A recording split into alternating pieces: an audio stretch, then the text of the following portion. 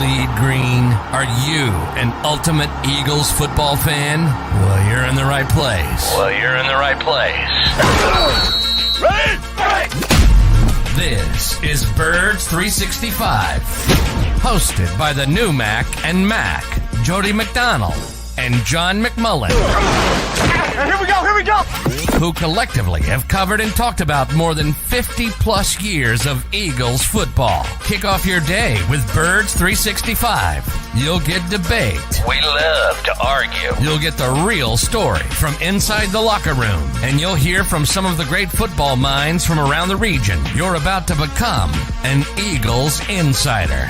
Get in the game. Join Jody Mack and Johnny Mack and join the football community that flocks to Birds 365. Birds 365 starts right now. Welcome to the NFL. Let's go!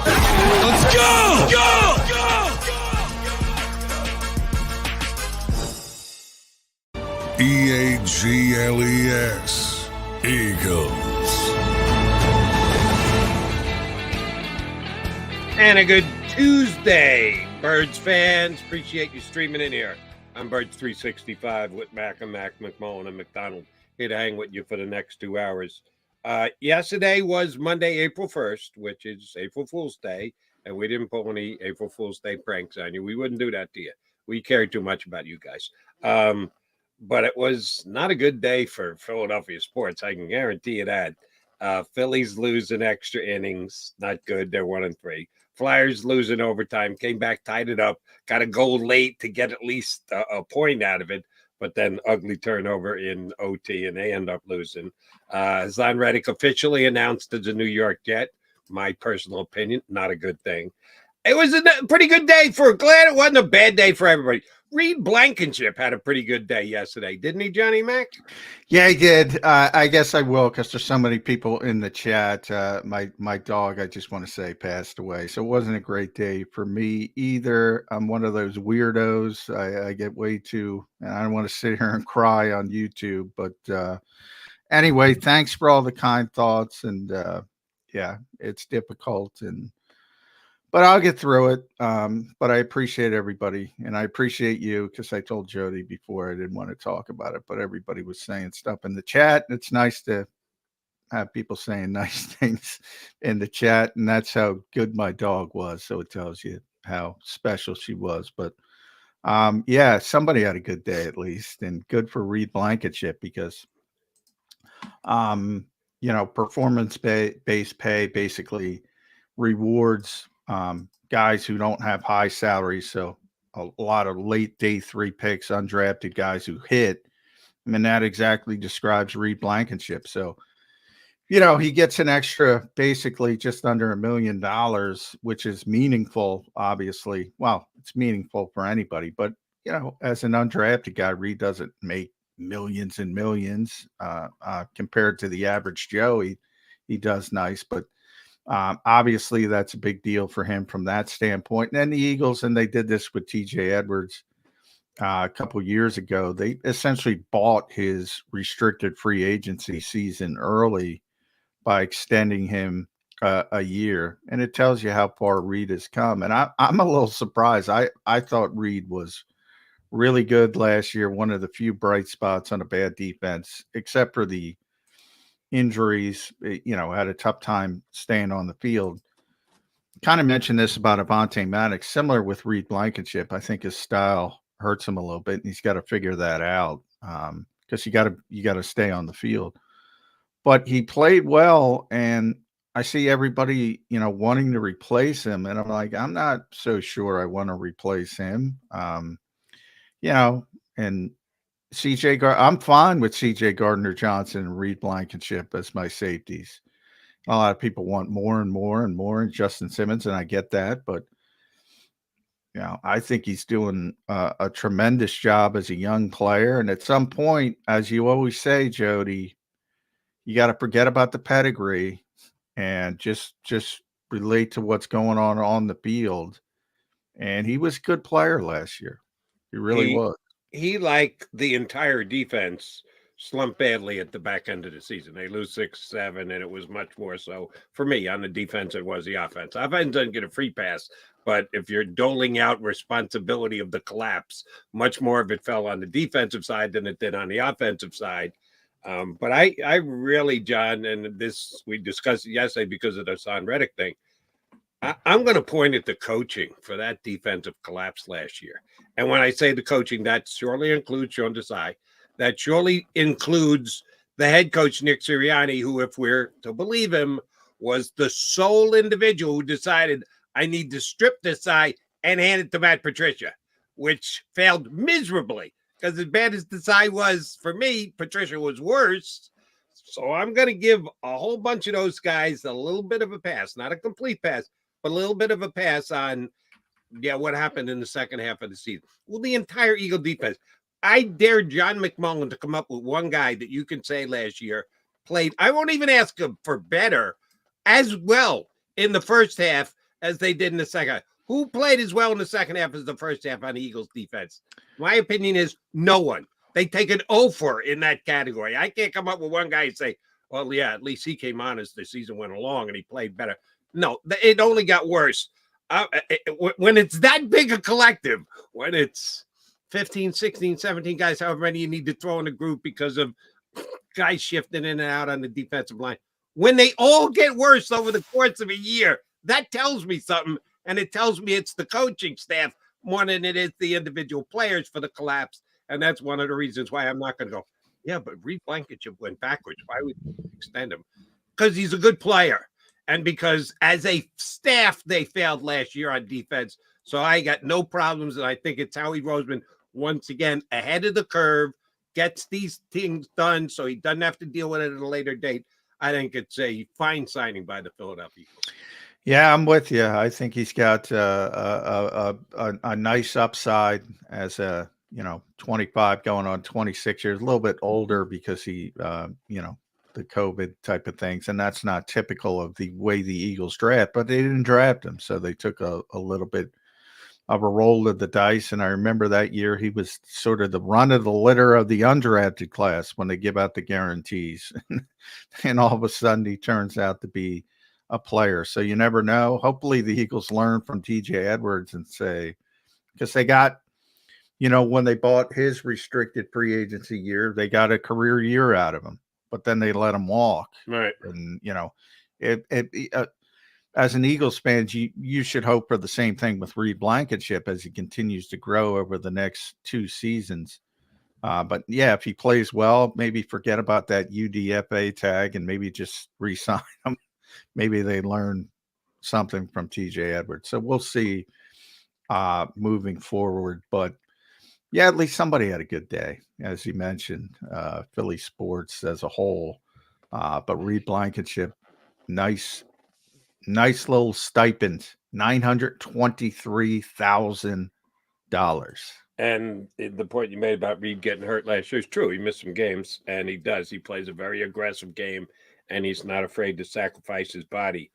I'm not putting him into the category of their slot corner, Mr. Matic. No. He had several years of missing time. Reed stepped in and played as a rookie, which people weren't banking on, didn't know that was going to be the case. And you were there in preseason and go, this Blankenship guy didn't give him any bonus money, but he's actually making some plays. So he fought and earned his way onto the field, and he didn't get hurt in his rookie season.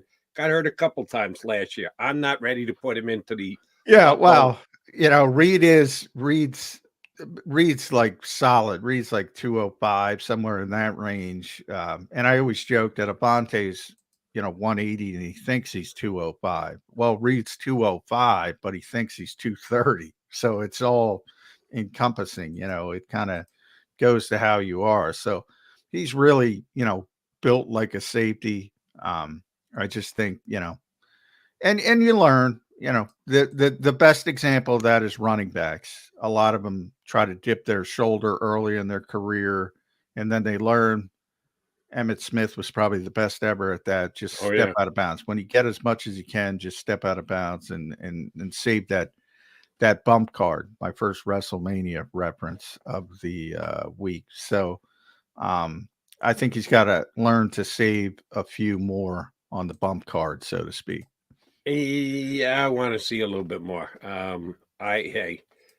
There's something to be said for a player that finishes every single tackle, that's going to try and separate a guy from the ball every time he gets a chance.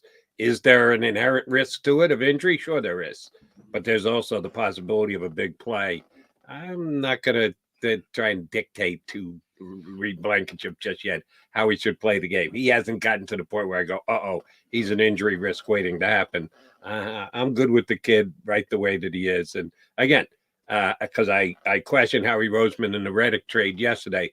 This is another area where Howie Roseman has been superb as a general manager of the Eagles. He picks guys. He specifically evaluates guys. He gets potential negotiation hazards out of the way by doing extensions ahead of time. Now, they guaranteed some good money for Reed. Over the next 2 years, and certainly the first year, they bump up this upcoming year, which he was already under contract for. They're going to bump up his money and then get the second year thereafter, his fourth year in the league, relatively cheap, under $4 million for both of the 2 years, all of it guaranteed, which is the reason why he decided to say, yeah, let me get this money rather than get to restricted free agency right away. If they're going to guarantee the money, I'm going to take the money. I think he's worth it. I think he's going to be a significant player for the Eagles, even if they go out and get a Justin Simmons, which with every passing day, it looks less likely, except he's got to sign with somebody, doesn't he, Johnny Mac? Yeah, you would think. I mean, he's one of those guys. There's always a few that hang on longer than anybody expected, and they're still going to get big money. Jadeveon Clowney was kind of that guy for years. Jadeveon just goes from team to team to team, but he always gets a big deal because he always produces. And I think that's going to happen with Justin Simmons. I still think wherever he lands, he's going to get a big deal, but I don't think it's going to be in Philadelphia. And this is another indication, as you mentioned, essentially $4 million fully guaranteed, 3.935, I think is the number. But he can also earn another 1.375 via playtime and Pro Bowl escalators and things like that. So, it helps. It works on both sides. Very cost effective for the Eagles for a starting level player, and it gives him the opportunity to earn more money if he keeps producing. So I think it's a win-win for both sides. But I do think it's an indication that, hey, let's roll with CJ and Reed Blankenship, and I have no problem with that. The only other possibility when it comes to Justin Simmons is, and we discussed this the day they signed him, CJ playing slot corner, because he's done it. He's done it well.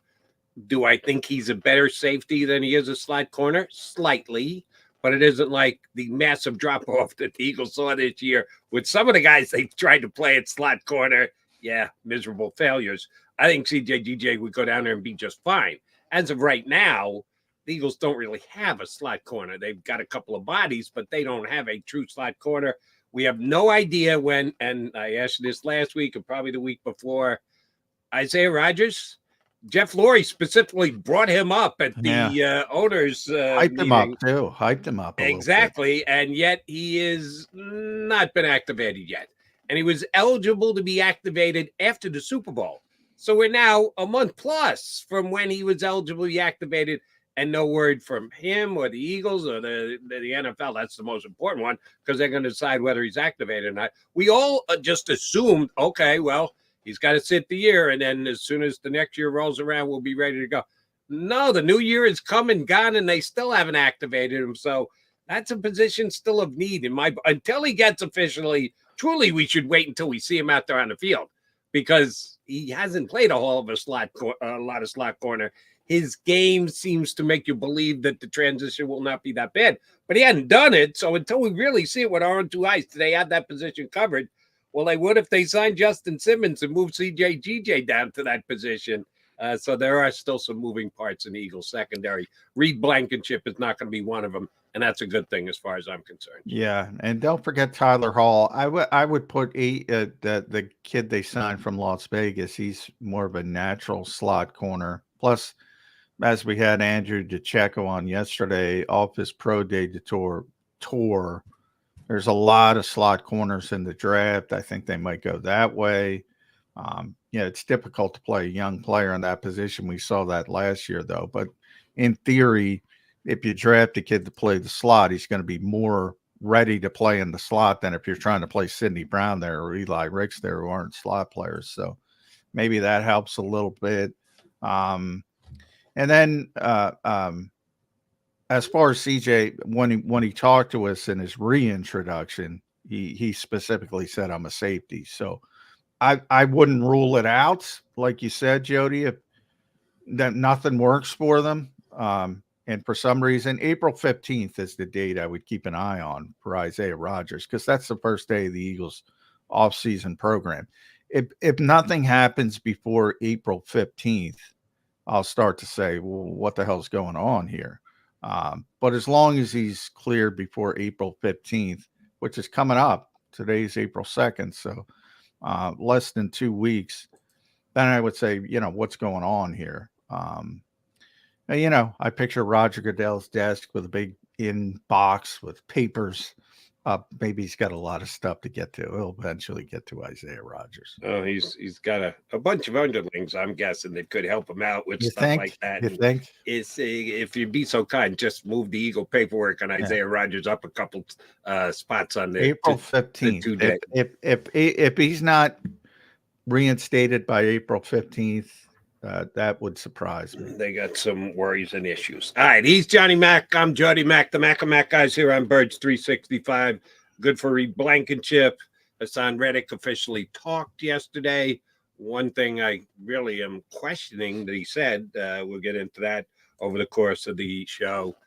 Carson Wentz, a reuniting of Eagles. We'll give you the details on that. And we do have a draft-specific guest in hour number 2. But we got an Eagle-specific guest coming up next. Our buddy Mike Sielski, lead columnist from the Philadelphia Inquirer and host on WIP on weekends. Sielski's next here on Birds 365.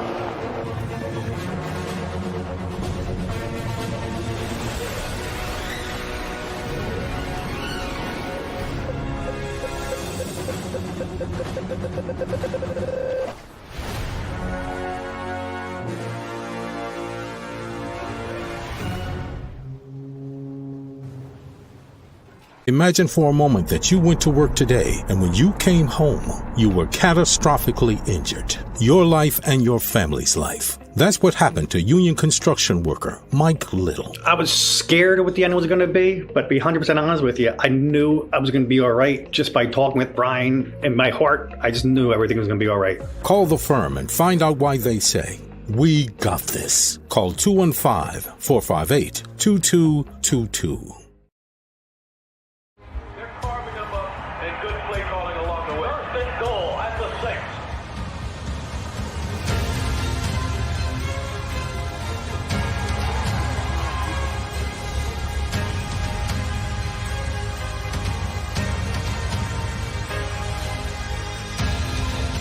Field of life, First Trust Bank is there for you. Champions on 3. 1, 2, 3. Because Philadelphia dreams deserve a Philadelphia bank. Underdog Fantasy is the easiest place to play fantasy sports, and certainly the easiest when you're watching the NBA. And the NBA playoffs are almost here, and you can win money making picks. What are you waiting for? Sign up on UnderdogFantasy.com and use the promo code WIN. An Underdog will double your first deposit up to $100. That's UnderdogFantasy.com. Use the promo code WIN. Get ready for the NBA and get ready for the NBA playoffs. Go to UnderdogFantasy.com. Use the promo code WIN.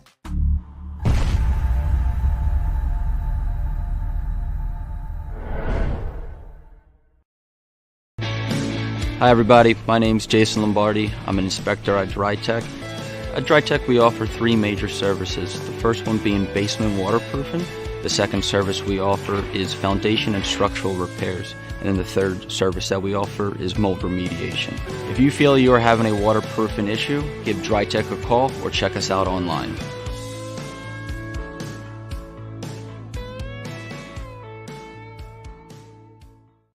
Do you stream on a Roku, Fire Stick, Google TV, or Apple TV? Now you can watch 6ABC 24/7 with the 6ABC Philadelphia streaming app. And the big story on Action News? Search 6ABC Philadelphia and start streaming today. EAGLES.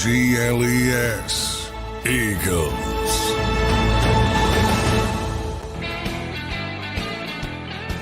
You got Mac here on Birds 365, and we got Mr. Mike Sielski looking good, ready to shoot the breeze on Eagles with us here on Birds 365. Mike, how was your Easter? How was your April Fool's Day? My April Fool's Day was fool-free. Thank you for asking, Jody. Yeah. And Easter Sunday was excellent. Hope you guys are doing well. Very nice. Thank you for jumping in. I want to start with Haason Reddick because we talked about him all day yesterday. Unfortunately, he didn't come down until Friday after Birds 365 was over and done with. Eagles do that to us a lot.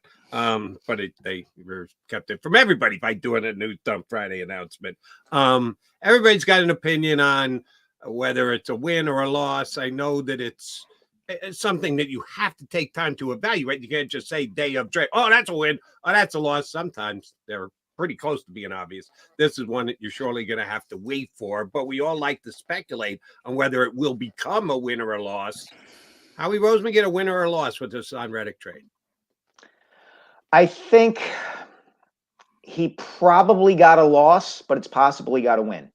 I think losing Haason makes them worse next season. I think the chances are good that's what's going to happen because he's a really good player and he's in the prime of his career. And 4 straight years of double-digit sacks is all the evidence you need that he's one of the premier pass rushers in the NFL. And the chances that Bryce Huff is going to replicate that production from the outside looking in aren't great. Now, having said that, I understand why they made the trade. Haason wasn't going to re-sign here for the money he wanted. You don't want to keep a guy who's going to be unhappy like that around if you can avoid it if you're an NFL team. And it's certainly possible that Bryce Huff will develop into a terrific pass rusher. But for next season, I think they're a little worse off for not having Haason Reddick. Yeah, Mike, I think it's more about Nolan Smith than Bryce Huff. I think if Haason's here, now you got to work something out. Long term, you're right. They don't want to pay him $20+ million. He probably wants up to $25 million because, as you point out, he deserves to be one of the top edge rushers by productivity standpoints. But even if he stayed and we pretend you don't worry, you're in a vacuum, you don't worry about the locker room, you don't worry if he's unhappy, and you say, all right, Reddick's going to play, Sweat's going to play, Huff's going to play. Nolan Smith isn't going to play in that circumstance, or he's going to get the scraps. And we know how GMs are in this league when it comes to the first round picks. They want them to succeed. They need them. Howie, a little bit less than most people. Mm-hmm. Most need them to succeed. I think it's more about Nolan Smith. You buy that part of it? Yeah, I think you make a good case for that, John, too. And for any team, the Eagles included, to sustain success in the NFL, and this is something that doesn't get talked about enough, I feel like, and should be talked about more. They need the guys that they drafted to develop, and they have to be given time to develop. And in some cases, and this is the part that doesn't get discussed, you draft a guy and he doesn't make an immediate impact, and you have to give him the opportunity to make that impact, and you have to roll the dice that he's going to make that impact. And that's where the Eagles are with Nolan Smith. That's where they are to a large degree with Jordan Davis. And that's to a certain degree where they are with Jalen Carter. They drafted these guys to replace the Haason Reddicks and Brandon Grahams and Fletcher Coxes. And they have to do that. Otherwise, this whole system doesn't work. If you miss on those picks, you're not going to be able to get back to the Super Bowl and keep competing in the NFC East. And the Eagles need some indications here that they hit on those picks. And I think you're right. Nolan Smith has to be better in his second year than he was in his first. And the Eagles, to a certain degree, have to take a calculated risk that he will be. Now, that calculated risk is going to be shared by some, because even this past week at the owners' meeting, Nick Sirianni went back in again and said, yeah, I'm trying to win games. Howie says we're trying to develop players, and Nick says we're trying to win games. Well, that's what happened last year. Nolan Smith didn't play because the coaching staff evaluated we got a better chance to win if we're going to keep running BG out there and not push to get Nolan Smith in. You got a new defensive coordinator in Vic Fangio. Howie Roseman, as John is speculating here, did this Reddick deal in part to open up a spot for Nolan Smith to get on the field that much more. What if the new DC says, he's not showing me anything in practice, didn't show anything in the preseason. We give him a smattering of snaps here and there, and he doesn't get anything done. What happens when Vic Fangio says, yeah, I'm here to win games. And sorry, Howie, that you took him in the first round. I won't hear when you took him in the first round. I'm going to put the best player out there that I can to win a game. Yeah, what happens is probably Vic Fangio is going to win out. At least in the short term, and then they're going to have to make a decision one way or another. It's similar to the Jalen Reagor situation, right? They kept running Reagor out there because he was a first-round pick. He continued to not be productive. He continued to drop passes and prove that he wasn't worth a first-round status. And they eventually got rid of him. And they then had to spend more resources to improve their wide receiver position by trading for A.J. Brown. So it will out. But in the short term, the coach is going to win. Because unless Howie comes down from on high in week 2 or 3 and says, oh no, you got to put Nolan Smith out there, Vic Fangio is going to do what he thinks he needs to do to win NFL games. That's the way this works. Yeah. And that's why I go back to Smith, Mike. I'm a big Moneyball fan, the movie. Loved the movie. I think it was very well done. In the movie, Brad Pitt, it's Billy Bean, for those who haven't seen it. The great Philip Seymour Hoffman, who passed away, was Art Howe, the Aces manager. He didn't want to play Scott Hatterberg in the movie. It is overblown, Hollywood. But so what did Brad Pitt do? He traded him, the guy in front of him. Yep. So he had to play him. I think Howie kind of Billy Beaned it. Said, all right, you're not going to play him. You don't have this guy. You might as well play him. Any of that sprinkling into it? I think there's got to be. I mean, look, I don't know that for certain, but these are the kind of machinations that happen in professional sports franchises. And guys know this. I remember a couple of years ago, John, you might remember this. You might have been there or at least on the call this day. It was the end of the 2020 season. And there was all this discussion about why Alshon Jeffrey was playing ahead at the end of that season over Travis Fulgham. Okay. And yeah, the great Travis Fulgham. Yes. And I asked Jason Kelsey about that on one of those Zoom calls we had back then. And Kelsey basically said, look, we're in the business of winning games. We are not in the business of developing players, no matter what a front office thinks. Yeah. And at the time, in that moment, even though the Eagles season was completely lost, Alshon Jeffrey was going to play ahead of Travis Fulgham because Doug Peterson thought Alshon Jeffrey gave the Eagles a better chance to win each week than Travis Fulgham did. And that sort of mentality is very common and very accepted in locker rooms. So the guys in there are going to know if Brandon Graham is outplaying Nolan Smith, the guys in that room are going to know. Yeah. Keep that in mind. And I'll just say for Howie Roseman's sake, Zach Bond better not be outplaying Nolan Smith.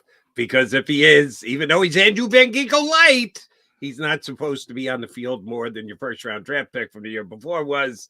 But I would not be surprised if the new defensive coordinator says, I'm playing my best football players in my system. We shall see. A guy who probably deserves to be in the full-time rotation, and the Eagles certainly made a commitment to him yesterday, was Reed Blankenship.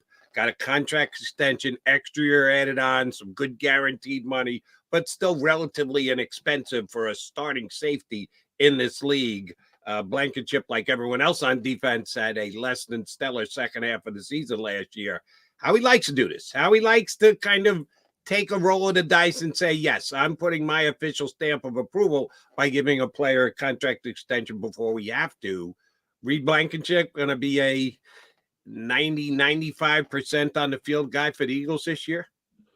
Yeah, probably. But the draft is still ahead. We're still a month out from it. So it's possible that they'll bring in somebody who could challenge. Look, Sidney Brown looked okay at times last season. But, you know, does bringing Reed Blankenship get me excited to think that they have the sequel to Malcolm Jenkins and Brian Dawkins? No. He's a fine player. He's okay. He's not a huge difference maker. If anything, he'll solidify a spot just through continuity, as opposed to lifting the defense to a level that it really needs to get to. Yeah, I don't. Do we sometimes get blinded by that UDFA tag, Mike? Similar to a first round pick, but the opposite direction. And Reed will always be undrafted. He got signed for $5,000. I don't know. He's out there. He's making plays. He was one of the steadiest players on the Eagles defense last season when he was healthy, and he's got to be able to stay on the field. But he's an undrafted free agent. Is it tough for you? I know it's tough for me to put that in the rearview mirror. We just went through it with TJ Edwards. Undrafted, keeps playing well.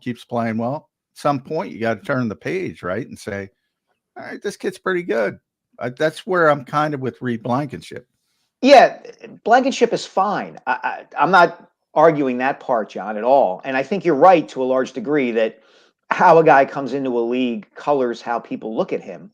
I just know that defense wasn't very good last year, and Reed Blankenship was on the field for quite a bit of it. So it's not as if bringing him back is all of a sudden going to reverse the course of what we saw last season.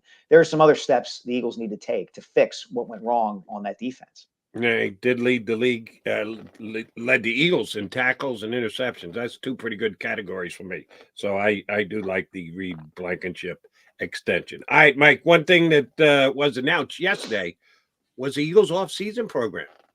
And apparently they're going to do a little bit more work than they have the last couple of years, more days, mandatory mini camp, something they haven't done the last couple of years as well. And it's understandable with the way they collapsed last year that they feel the need to shake it up. Good on them for that. But Nick Sirianni is going to be the guy who's going to have to deal with this, although it's an organizational decision. If either one of you guys want to argue that with me, no. Nick implemented this, even though we think Nick is probably good with this and happy with this. I don't believe it was Nick Sirianni's decision for a minute. I believe this was an organizational decision. But there'll be some players that are going, wait a minute, we got used to Camp Fed here. What are we doing all of this work for? Well, Jason and Fletch are gone though. They are. That's exactly what I was going to say, John, is that you have these two key members of the team who have been around for so long and who know how to prepare for a season and don't need the grind of a more intense training camp. They're not there now. And I think if anybody on that roster wants to complain about the Eagles hitting it a little harder during training camp at the preseason, then Nick Sirianni should fire up the tape of that New England game in week 1, and he should fire up any of the final 7 games that they played at the end of the season and say, hey, guys, we've got to be sharper. And if preparing more in training camp gets us there, then we're going to try it. I look at that as kind of like a sliding scale. It all depends on the nature of the roster and the nature of the team and the aftermath, the season you're coming off of.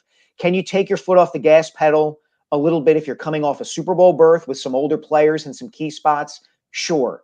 Do you need to put a little more gas, put your foot down a little harder when you're coming off a collapse like the Eagles did and those older players aren't around? Yeah, I don't have a problem with that either. Yeah. And the ones that are around, Brandon, I remember when Doug Peterson instituted maintenance days, Brandon didn't even take them. I mean, Brandon likes to practice. He's that rare. And Lane, they'll probably be cautious with him. And that's fine. Everybody knows who Lane Johnson is. So I don't think it creates that much of a disconnect on the team. I don't think there's going to be many young players saying, hey, I should be like Lane Johnson. If they are, you can show them the door pretty quickly. Right.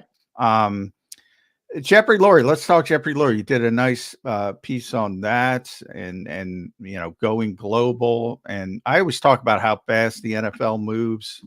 Mike, you went way back to 2005 when Jeffrey was concerned about going global, so to speak, and all the different things, all the obvious things, competitive advantage if you give up a home game. What does it do to your fan base? Player safety, because you don't have necessarily, especially in certain circumstances, Mexico recently, you don't have the fields you have here. all of that factors into it. Nobody cares now because they got to generate more revenue streams, and they pretty much topped out here. That's how I look at it. Is that how you look at it? Yeah, look, they perceive that there's no more worlds to be conquered in the continental United States. That's how the NFL is looking at this. And so they're going to inflict American football on other countries, whether they like it or not, and whether the fan base here in America likes it or not. I don't mean to sound like some kind of jingoistic, nationalistic Yahoo here, but at some level, you have to keep your core fan base in mind. You would think. One would think. And, here we are. The Eagles are going to open the season in Brazil.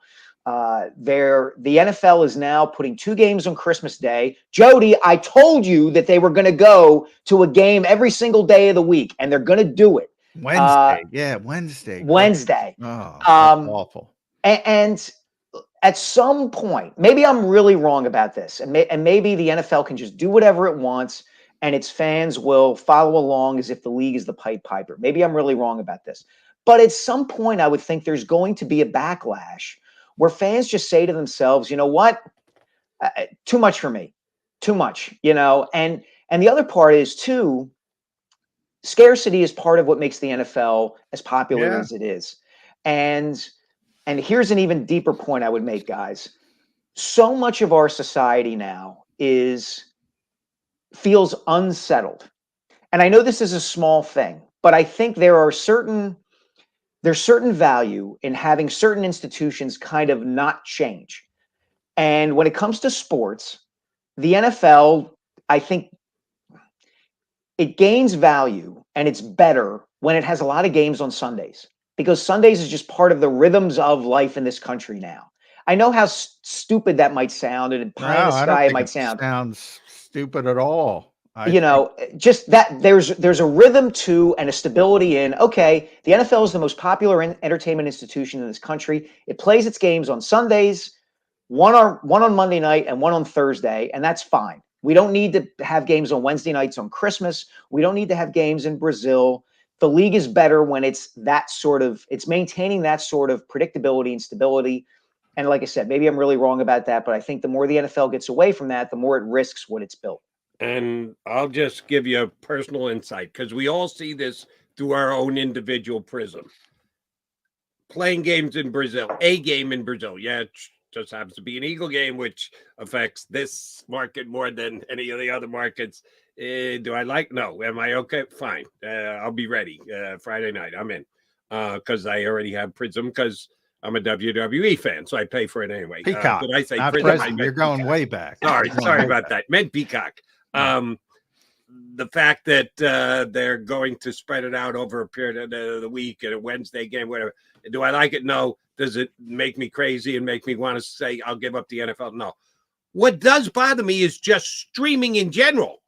Did you see the stat that of the people that signed up for Peacock, not Prism, during the NFL playoff game that was streamed this year, they retained 71% of the people that had never had Peacock before. They took it specifically right before that playoff game and kept it.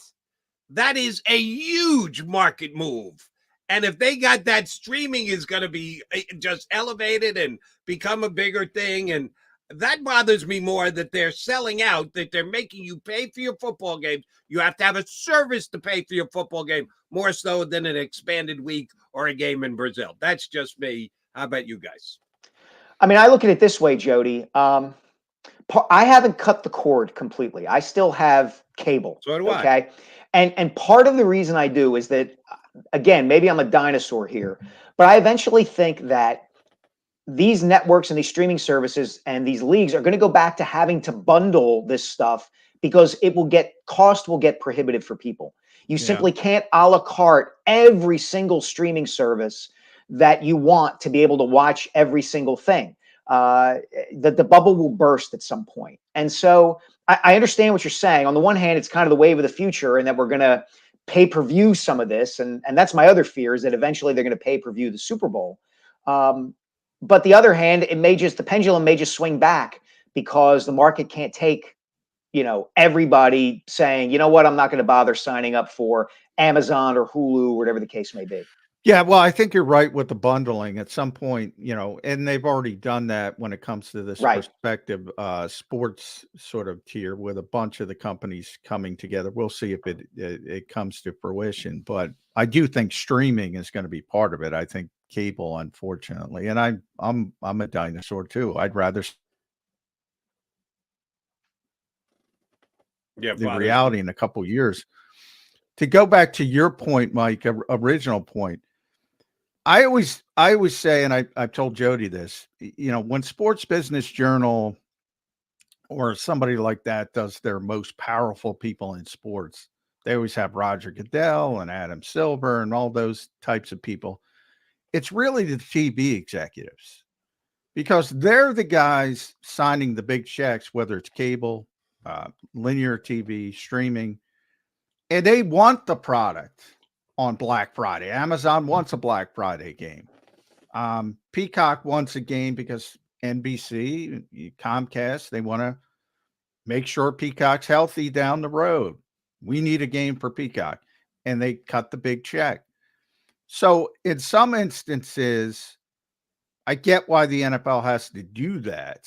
And I don't know how you turn that spigot off, so to speak, because those are the guys with the golden goose. And if they're giving you the money, you got to give them the product they want. How do you fix that? I'm not sure how you fix it. And we haven't even mentioned the other factor, which is humongous in this equation, which is gambling, sports betting. Having a standalone game makes it easier for more people to bet. It just does. They can focus more. They feel like they can concentrate more. I mean, talk about an industry that thrives and profits on the abuse of it by its customers. The gambling industry is right at the top of the list. If you're a prudent gambler, these DraftKings and sports books and the leagues don't want you. Because now you're going down. Now you're going down a wormhole. What's the countdown to scandal, Mike Sielski? Because it's coming. It's already happened. We're having to deal with Temple. I don't know how that's going to unfold in college basketball. You've seen certain circumstances. Now the NFL's got this goopy hip drop tackle. How easy it would be for an official. I've said to Jody, throw a flag, 15 yards, change an entire game. How close are we to that big gambling scandal? Very close because of prop betting. Because you don't have to shave points.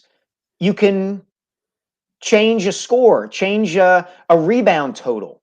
Look at an NBA game and all the statistics that go into the box score and the extended box score of a basketball game or a football game. And if the athletes or the officials are aware of that, the possibility for abuse is absolutely there. And I'm afraid we're starting to see it. And once that happens, once you call into question what you're seeing on the fields of play or on the courts or the rinks, professional sports has a major, major, major problem. I will say this, and I don't want to come off as Joe Gambler guy, but I do understand it and have an app on my phone and do play. They do cap the props. It isn't like you can go out and bet $1.5 million on under 3 rebounds for a player like the kid from Toronto, who all of a sudden got poked in the eye. Oh, got to come out of the game. Got sick, had to leave the game after 3 minutes, and they basically came back to tie that bets were made to his unders on his props. There are protective measures in place, so you can't take advantage of that as much as you could just a regular bet. But a controversy is a controversy, and I'm with you guys. I think it is coming at some point. What's coming with the Eagles in the draft, Mike Sielski? We're getting close now. We're only weeks away from the draft, and everybody likes to think that they know exactly what the Eagles are going to do. None of us know. We got no idea, but we can take educated guesses. First round pick will be what position, Mike Sielski? Offensive line.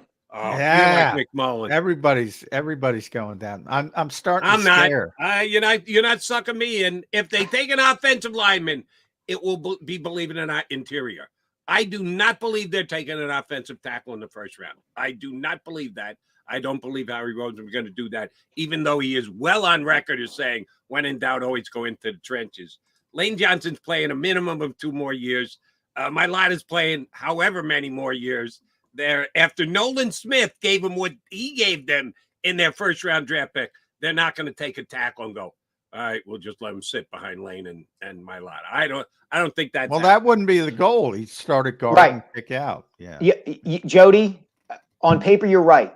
In reality, we have absolutely no idea how long Lane Johnson or Jordan Mailata is going to play. We have no idea. And the Eagles have made it clear. That's just What's that, John? No, I froze up. That was my okay. Go ahead, Mike.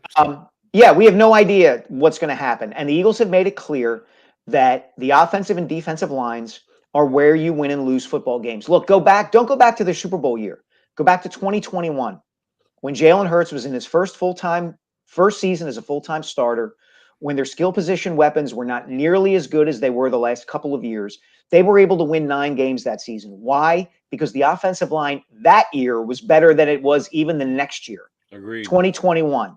And if you have a great offensive line, it is the ultimate equalizer in this era of the NFL. And the Eagles would do everything they can to bolster it. And it would stun me if they don't take an offensive lineman in the first round. At Mike Sielski, make sure you follow Mike on X. Does a tremendous job. Philadelphia Inquirer, read them there. Sports Radio WIP, you can listen to them there on the weekends. Does a tremendous job with Glenn Mack now, as does Jody Mack. Those guys split those duties. So, and when's the book coming out? When are we the history of the slam dunk? Yeah, next February, Magic in the Air, The Myth, Mystery, and Soul, The Slam Dunk. Coming out in February. I am going through edits on the manuscript right now. Nice. I'm going to get that autographed, Mike, because I'm looking forward to that one. Big hit and loved the history of the slam dunk. Think it was a great idea. Looking forward to that. But getting it back to end it with the Eagles and the draft, I start to look at Nick Sirianni.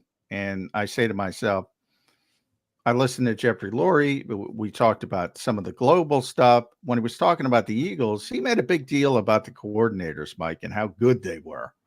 Are we at a point where this is clearly a make or break season for Nick Sirianni? If they don't insert the expectation at a high level, is this it? Are we talking about a lame duck head coach here? Yes, I think we are. Jeffrey Lurie's made that clear that he's willing to move on from a head coach. Whether it's Doug Peterson, who won a Super Bowl, whether it's Chip Kelly, who didn't say hello to him in the hallways and didn't attend the Christmas party. He didn't say hello to anybody. And all of that, Jeffrey Lurie will move on. And look, the end of that season was bad. It was really bad. And I like Nick a lot personally. I think he has some growing up to do as an in-game coach and in the way he carries and handles himself. And I think some of that spills over to how he handled those final 7 weeks of the season. And it was, I mean, think back to that Tampa Bay game, guys. I came away from that game thinking they're absolutely going to fire him, especially given the other head coaches who were available at that time. Bill Belichick, Mike Vrabel, Pete Carroll, et cetera, et cetera. So if Sirianni can't show this season that he's up to the task of bringing this team back from the depths it fell to, Jeffrey Lurie will move on. Yeah, but I real quick, Jody, I arrived, Mike, in Tampa saying there's no way they're firing Nick Sirianni. And then I watched that game, and you know, Tampa is sort of an old school stadium, so some of the Eagles people are right behind us in the press box. And one executive that will remain nameless, I won't name him, said at the end of the game in the fourth quarter, just frustrated, fucking embarrassing. That's how he described it. And I said, boy, I don't know how he survives this. So I left thinking maybe they will fire him. But yeah, I think it's make or break. I'm with you 100%. Sorry, Joe. That's okay. For those of you just going to try and hammer on my point here, Mike, specifically for you, John, if you want to chime in, feel free. Who's on more of a hot seat, Eagles coach or Cowboys coach?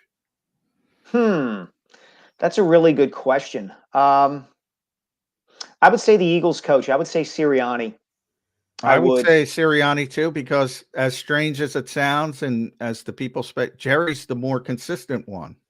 then Jerry's very. He's got that reputation from 20 years ago. He's gotten very conservative as he's gotten older. All right, so let me change the question. Who should be on a hotter seat this year, Sirianni or McCarthy?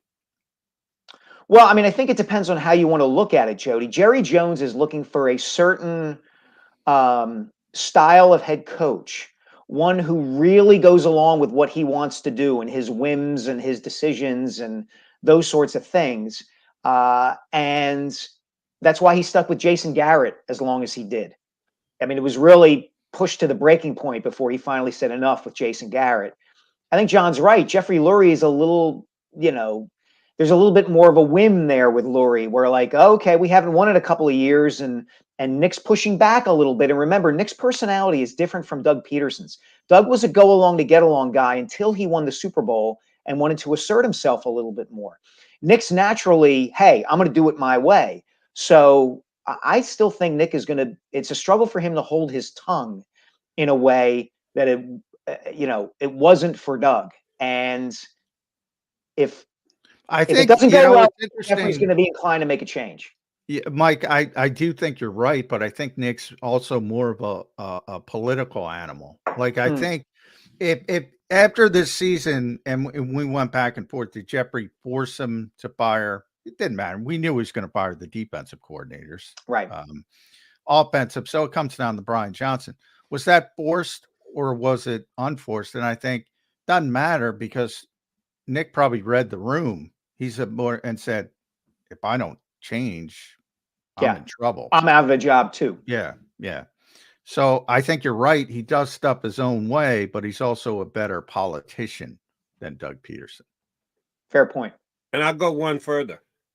I think the Giants head coach should be on a hotter seat than the Eagles head coach. I think he is on a hot seat. Despite their collapse.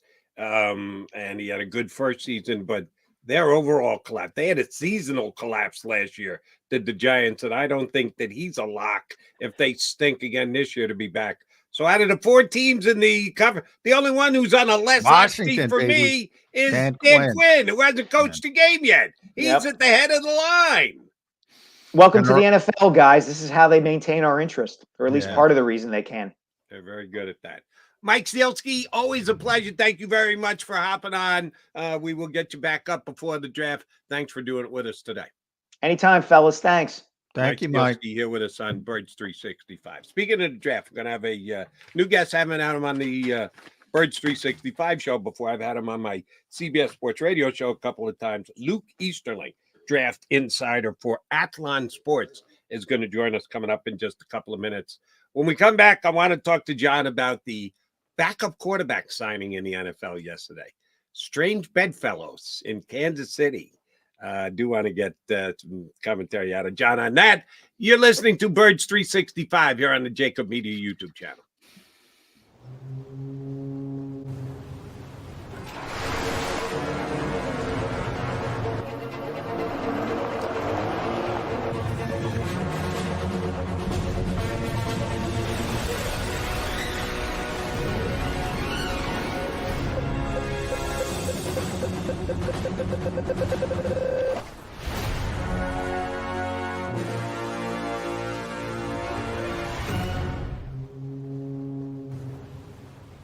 Imagine for a moment that you went to work today and when you came home, you were catastrophically injured. Your life and your family's life. That's what happened to union construction worker Mike Little. I was scared of what the end was going to be, but to be 100% honest with you, I knew I was going to be all right just by talking with Brian. In my heart, I just knew everything was going to be all right. Call the firm and find out why they say, "We got this." Call 215-458-2222.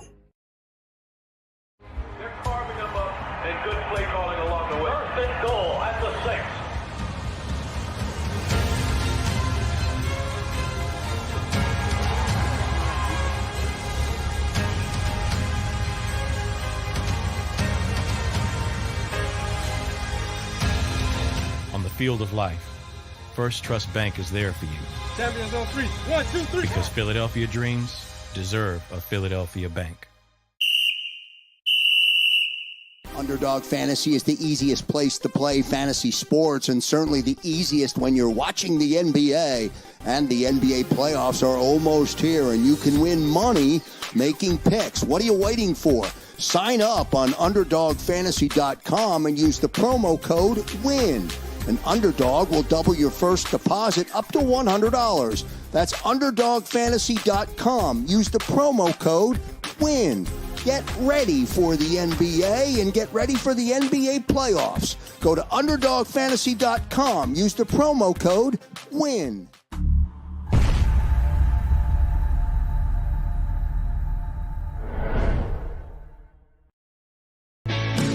Hi everybody, my name's Jason Lombardi. I'm an inspector at DryTech. At DryTech we offer three major services, the first one being basement waterproofing. The second service we offer is foundation and structural repairs. And then the third service that we offer is mold remediation. If you feel you are having a waterproofing issue, give DryTech a call or check us out online.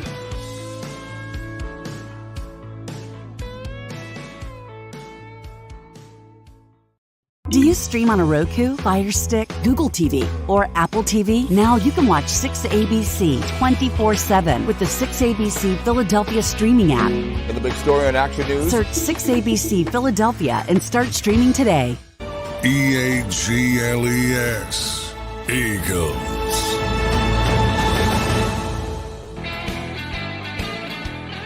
John McMullen and Jody McDonald here with you on Birds 365. Appreciate you streaming in.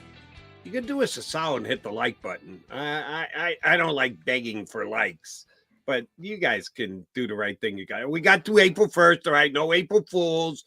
We're only, believe it or not, 2 weeks away from the Eagles gathering together. I don't know how much they're going to accomplish in their first off-season workout, but at least they will be getting together.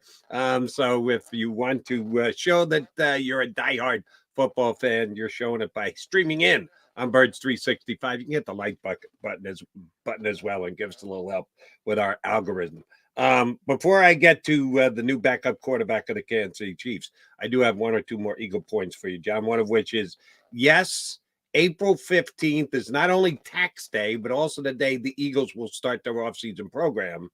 Going to do a little bit more this year, certainly understandably so, after the collapse and the way that it came down last year. I forget. You got to know this because it's your job. I just come and talk to you about it the next day. Are you guys given any access for any of the off-season activities, or you got to wait all the way till camp? When do you guys actually get a chance to go down and either watch or interview the players? Yeah, we get access. They usually give us, the April 15th, that's just working out, conditioning, weight training, stuff like that. There's nothing to watch. What are you talking about nothing to watch? Yeah, we all sit around the TV and watch them pump iron at the combine. Yeah, you see how many reps he did? Yeah, you shouldn't be watching that, but I shouldn't, say that with the NFL. But the fact that people watch that is insane to me. But so that part of it, they generally give us a couple players, a week to talk. And then when the on-field stuff, the OTAs start, you have sort of those groups of 3 OTAs, and they have to open one of those, each grouping, to the media. One day out of the 3? Okay. One day out of 3. And then minicamp is mandatory, not only for the players, it's mandatory to be open. So every day of minicamp has to be open. And it's only 3 days, of course. But there'll be some access, and we'll be able to see some of the off-season stuff. And that's when you hear all the, T-shirt and shorts talk, and which doesn't really mean that much. And, it's a better opportunity for skill position players. You really don't get to learn anything about offensive linemen or running backs, physical positions, but you can see some things with receivers and corners and coverage and things like that. Yeah, even if it's minimal evaluation by media members or anybody, even the team, much more importantly, the teams, better than nothing. Better than years gone by when Eagles said, we don't want to get anybody hurt. You know what it's good for when they eventually go to 7-on-7 flag football? It's really good for it because that's what you're doing. Okay. And that's why I don't know the Peacock's going to write $1 billion check for 7-on-7 flag football. That's I put the Eagles branding on it. Eagles versus Cowboys. It's about the branding, not the game. Because if it were about the game, they'd have some issues. Unfortunately, John, for you and I both, when you make a statement like "not in my lifetime," it isn't as big a statement as it used to be. When I used to say that had some I used to laugh at people who would say that. I no longer laugh.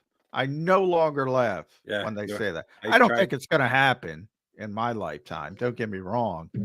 But I think we're eventually heading that way. I do. Unless certain things change in our society as a whole and people accept, adults making adult decisions, which seems to be difficult in today's world. For our youngest streamer who's watching right now, who might be, what do you think, 20? He might have a 20. So, we got to have somebody younger than that, even though we're a couple old guys. We got to have somebody younger. Yeah. Just loves the Eagles, yeah. If it is, it's because Dad's watching it and he's sitting at the table watching it with Dad, would be my guess. Not in my lifetime will we see flag football. I agree, but I no longer think. I used to laugh, like I said, Jody. That's how I can best describe it. When I first heard somebody say that, and I know who it was Herb Mushnick. He was an author, and he's written a lot of books about concussions. And I laughed. I said, "Come on, dude." I no longer laugh at it. That's all I'm saying. I no longer laugh at it. Okay. I'm going to take my stand that it is not in the offing. They will continue to tinker and make it a less physical game, but I don't think we're getting to flag football anytime soon. All right. We talked at the beginning of the show about Reed Blankenship's extension. Good on him. Good on the Eagles. I think it's a well worthwhile extra year added on. Had to give him some guaranteed money, but not outrageous guaranteed money. If he's going to be a starting safety and you're getting him for less than $2 million a year, that's still pretty damn good, even if it's guaranteed. Now, if he comes in and just falls off the face of the earth next year, the contract could come a pain in the rear end the year after if you need to move on from Reed Blankenship. I don't believe that's going to be the case, so I think it's an outstanding move by the Eagles. Did see a couple of comments, got a comment on my show last night on WIP. Why don't they get Smitty's contract extension done? Devontae Smith is much more important than is Reed Blankenship. Why aren't they getting – there are certain limitations to what they can do with Devontae Smith, right, John? They have the fail-safe for the fifth-year contract extension. As a first-round draft pick, they can just pick up a fifth-year contract extension. But correct me if I'm wrong, they can't even do an extension now if they wanted to, because you got to wait till a guy gets to his last year. And when that fifth-year option is in place, you can't do a contract extension after only 3 years, right? No, you can do one, but it doesn't. I think a lot of people, 3 years, you can do one. But I think a lot of people, in other words, if you compare it to Landon Dickerson, the reason why there's more urgency with Landon Dickerson, because you don't have that extra year. So there's more urgency on both sides. In the case of Devontae Smith, the Eagles don't have as much urgency because they have the option year. And Devontae Smith doesn't have as much urgency because he's waiting for Justin Jefferson, Jamar Chase. And when they sign, the numbers for wide receiver, he's not going to get what they get, but it's going to naturally rise and he'll settle in at more. So from the Eagles standpoint, that actually bandies back and increases their urgency. They would like to get something done as early as possible before Justin Jefferson gets his deal done, before Jamar Chase gets his deal done. But if you're Devontae Smith and you're Devontae Smith agent, why would you do that? Why would you want to do that? So for all those people hoping Devontae Smith is going to sign an extension or worried about, first of all, don't worry about it. It's not anything to be worried about. And I'm never going to say never, but from a player perspective, if his agent is saying sign an extension before those two contracts come in, he's doing a bad job. I'll say that right now. He's doing a bad job. Devontae Smith should wait. and wait until those deals are in place, and then his extension will rise greatly as the market is reset with those two particular players. And oh, by the way, in case you're wondering, oh, why didn't the Eagles act? Why didn't they go? They get this. They were, people forget, it was only a damn year ago. They were the first one to get the quarterback dominoes rolling, because you had the handful of quarterbacks that all needed the new deal: Lamar, Burrow, Herbert, and Jalen. Eagles started it off by getting Jalen done, and they probably wanted to get it done first, and you have to have two to tango, and Jalen was ready to do it, and then the dominoes fell thereafter. First Lamar, then Herbert, and finally Burrow. You always want to go last. So if you're going to be the team that jumps up and gets the deal done first, believing that the other guys are only going to move the bar up, well, then good on you. And I would guess the Eagles would want to do the same with Devontae Smith. But again, takes two to tango. And you're suggesting, John, why would Smitty want to go first? He wants to go last rather than go first. I would not necessarily last, but he wants to wait for those two particular players. And like I said, if he signs before those two sign, it doesn't make a lot of sense. Doesn't for me either, but I know some people were saying, oh, we got to get Smitty done.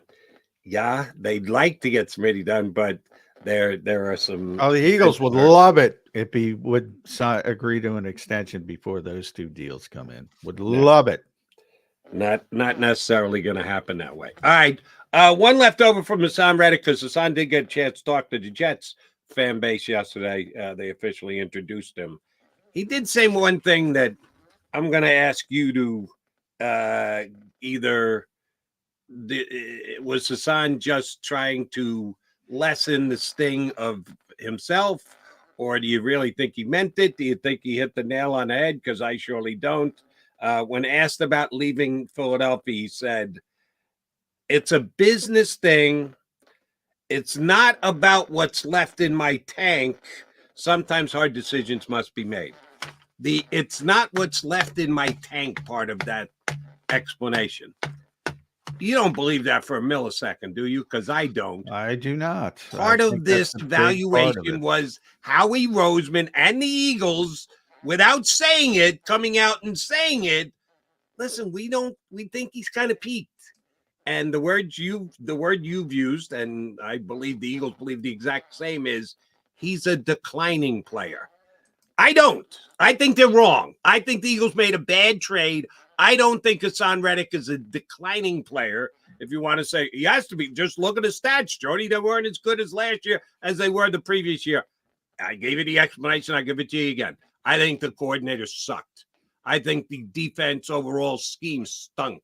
I think they asked Haason Reddick to do things. He's your best player, and let's use him in different ways that de-emphasize what he's best at.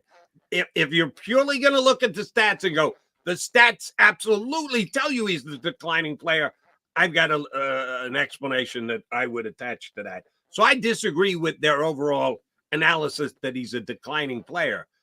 But they absolutely believe that. Was Haason just trying to pump himself up? Is he kidding himself? Does he not want to admit that that's what the Eagles thought?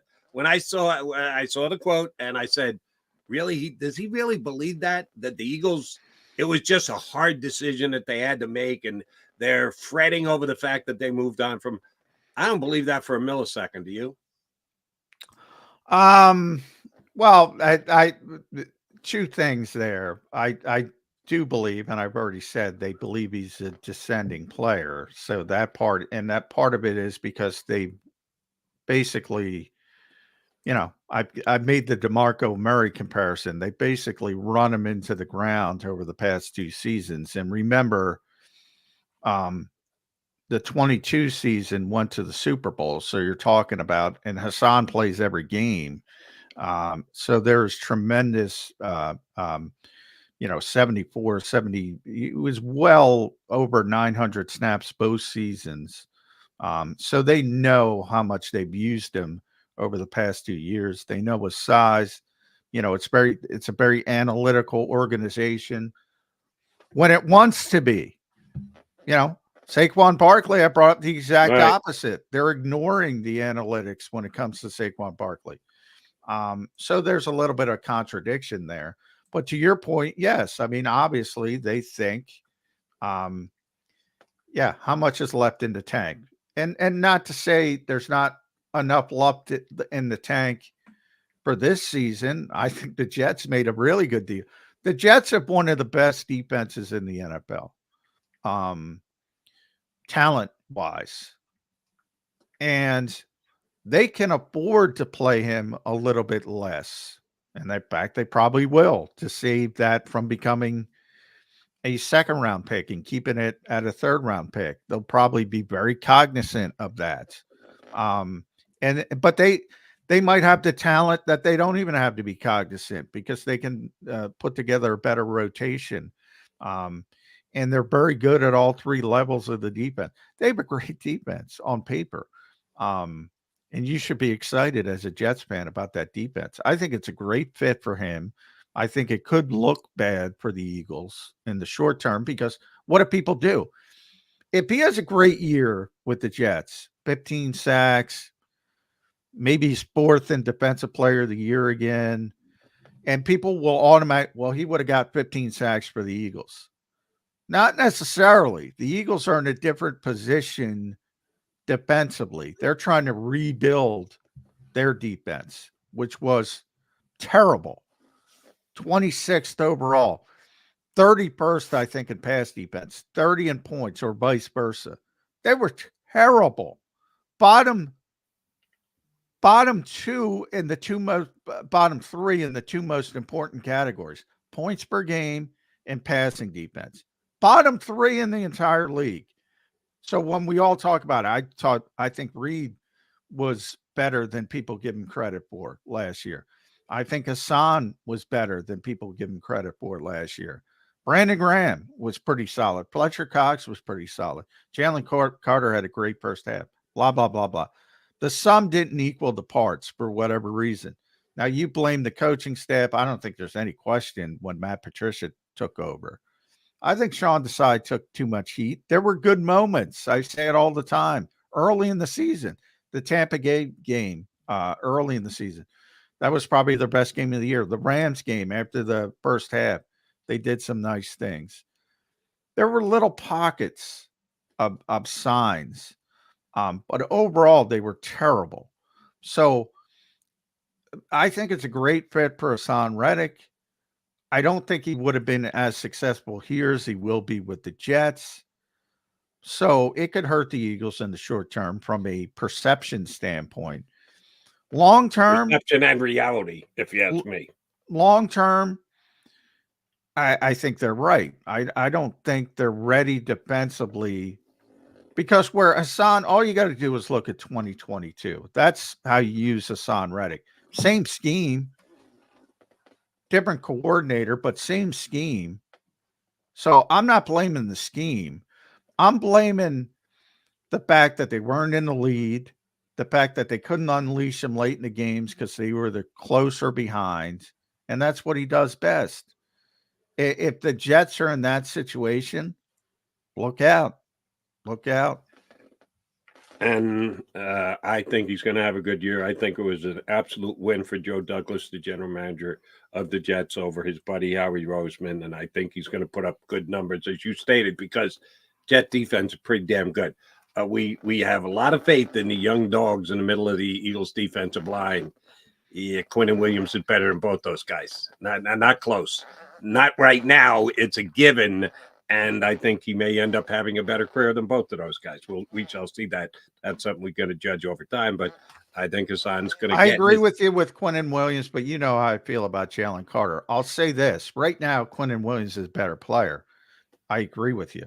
But Jalen Carter was better as a rookie than Quinnen Williams was a rookie. So as these guys develop, now Jalen Carter's got to develop. He's got to do it.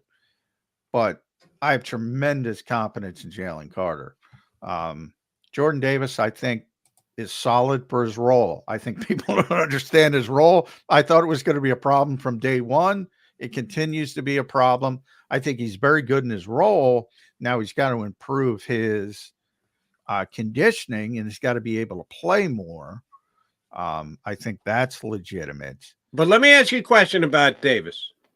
If we're not going to be able to judge his quote unquote statistics, because that's just not what he does. He takes double teams, blah, blah, blah. How do we judge if he's doing well or not?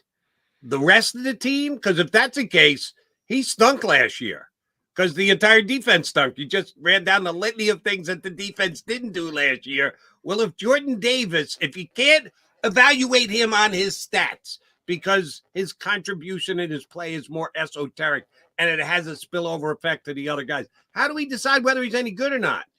Well, there are advanced stats. You know, ESPN's got their run stop percentage that he's very good at. You know, you have PFF and their film grades where he's solid. You know, I think he was. I'd have to look it up real quick. So there are things you can look at.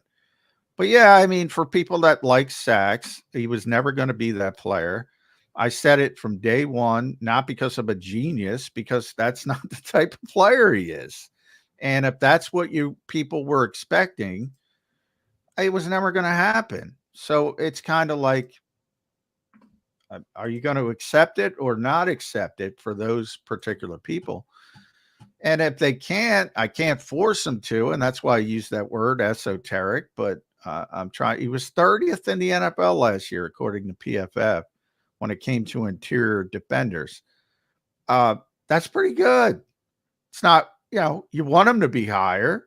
He probably has the talent. First round draft pick, second year, just broke the top 30. That's average, John. That is not average, Jody. There are, let's see how many were graded. So interior defensive linemen who are graded, that means the guys who played enough. So you have to hit a minimum snap standard. There were 130 graded. He was 30th of 130. That is not average. Last time I checked, there were 2 defensive tackles, right? Yeah. Well, two, and even if you go that means there's. So then that means they're just setting the bar too low on how many snaps you need to play to be evaluated. Well, no, because the total number of guys that are evaluated is the number. He's 30 of 120. Well, it's 120. It shouldn't be 120. If you're not even playing because it's a road. At the defensive tackle position, then you don't deserve a rating in my mind. No, it's a rotational position, and a lot of guys play, and a lot of guys rotate in and out for a lot of teams, so they play more. Certain, like there aren't a lot of quarterbacks rated because quarterback is not a rotational position, and unless somebody gets hurt and you play enough snaps. These guys play significant snaps. That group of 130 players played significant snaps in the NFL season. That's why you grade all of them. But even if you want to break it down to 2 starters per team, that's 64. And that means he's a number 1, so to speak. If you use it, the ace in baseball question, that means you're a number 1. That means you're one of the best 32 defensive tackles in the world. And even that's not right because he plays nose tackle and you got under tackles and 4 eye techniques and 5 techniques. But bottom line, he's a good player. Now, did people expect more? Yes. That was, Jody, you do this show with me every day. That was my concern literally day one. Day one. I can't change that perception. Right. But he's a good player. And you and I saw it the same at the time, but he's an average player. To this point, he's been an average player. I hope he gets better. The 12th pick in the draft, 12th or 13th, whatever he was. And again, I'm a guy who always fights for, at some time you need to move off where you were drafted. But until you get past that first contract, you're going to be judged by where you were drafted. And he was drafted in the top half of the first round, and he's been okay. He surely hasn't been great. You used the word good. I'm going with slightly above average. That's my evaluation of his play so far. All right, speaking of evaluating talent, Eagles and everybody else in the National Football League are doing it right now because the draft is now just weeks away, and we've got a new draft guest on. I've had him on my CBS show, and he's done a great job for me. We've never had him on Bird 365 before. Looking forward to talking to Luke Easterling, draft analyst for Athlon Sports. He's next here on Birds 365.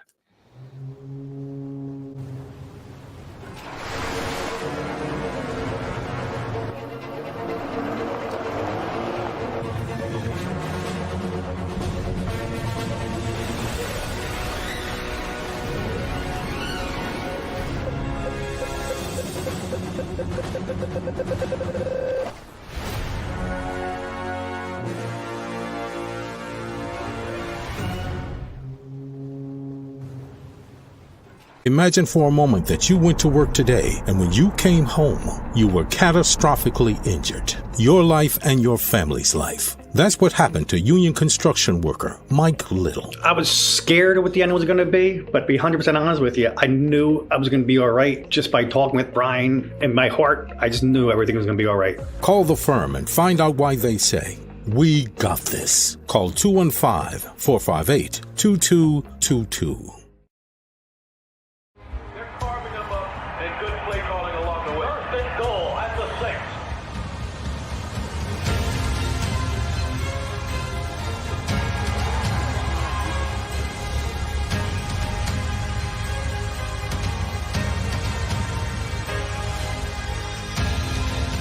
Field of life, First Trust Bank is there for you.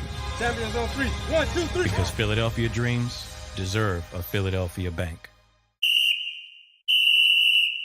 Underdog Fantasy is the easiest place to play fantasy sports, and certainly the easiest when you're watching the NBA. And the NBA playoffs are almost here, and you can win money making picks. What are you waiting for? Sign up on UnderdogFantasy.com and use the promo code WIN. An Underdog will double your first deposit up to $100. That's UnderdogFantasy.com. Use the promo code WIN. Get ready for the NBA and get ready for the NBA playoffs. Go to UnderdogFantasy.com. Use the promo code WIN.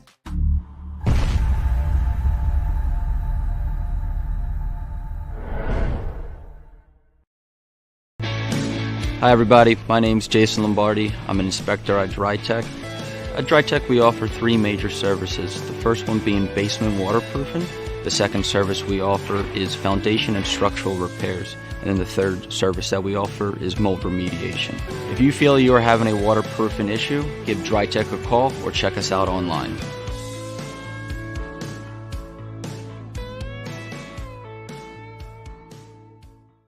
Do you stream on a Roku, Fire Stick, Google TV, or Apple TV? Now you can watch 6ABC 24/7 with the 6ABC Philadelphia streaming app.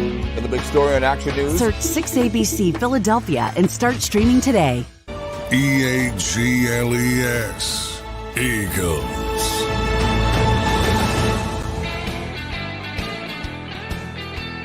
Appreciate you being part of the stream here on Birds 365. Mac and Mac with Luke Easterling from Athlon Sports, who I've had the pleasure of having on my CBS show. Nice to see his smiling face. I had no idea what Luke looked at. And he'd probably going, holy Mac, who's this gray beard I'm on with right now? Two gray beards. Yeah. Luke, appreciate you jumping in. Thanks much. Know this is a busy time for you this time of year as a draft analyst, and we're getting that much closer to the draft. It's the misinformation season. It's the flat-out lying season. How do you determine who's telling the truth, who's lying, what to believe, what not to believe? I've been doing this a long time like you have as well. It just annoys me. It frustrates me. I get it. It's part of the game. But have you had any secrets, any things you've learned over the year? All right, this is how you know somebody's lying. Because a lot of times you're just getting something on the phone or something like you can't look in somebody's eyes and go, oh, I can tell that's a stone cold friggin' lie right to my face. How do you know when they're telling you the truth or not with information leading up to the draft? I think it's just like I told you the other night, Jody. You just never believe anything. You that's the way you have to. If that's your baseline, right? You got to stick with that and just let it all play out. I think this is the point in the process.